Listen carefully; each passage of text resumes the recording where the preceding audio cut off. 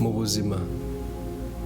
Hari igihe ubuzima bwanga bukakugora, ukiheba ukiganyira, ukibaza ute se ibi bintu ndi gucamo ni njye wabiremewe? Ese ni njye waremewe kuruha?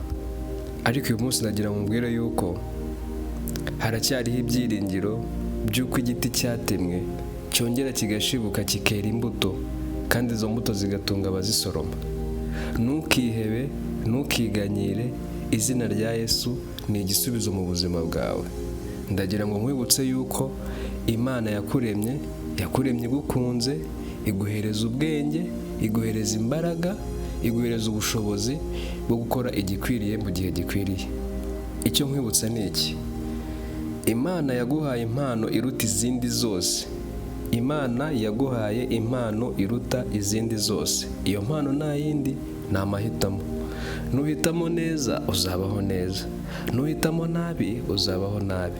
Nuhitamo neza ukabaho nabi, ariko wowe warahisemo neza, ntuzihebe, ntuziganyire, ntuzatakaze ibyiringiro, ahubwo uzahanga amaso kuri icyo kibazo uri gucamo, kuko kizaba ari ishuri riri kugutegura. Upfa kuba warahisemo neza.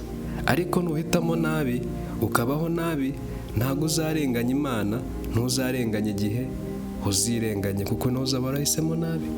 Humura rero, Imana iragukunda, yaguhaye ubwenge, iguha imbaraga, iguhereza ubushishozi, ndetse inaguhereza impano iruta izindi, ariyo amahitamo.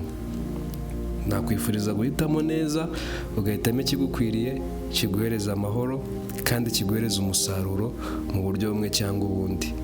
Mwibutse ko ibyiza biri imbere, kugera kure kandi siko gupfa. Imana iragukunda.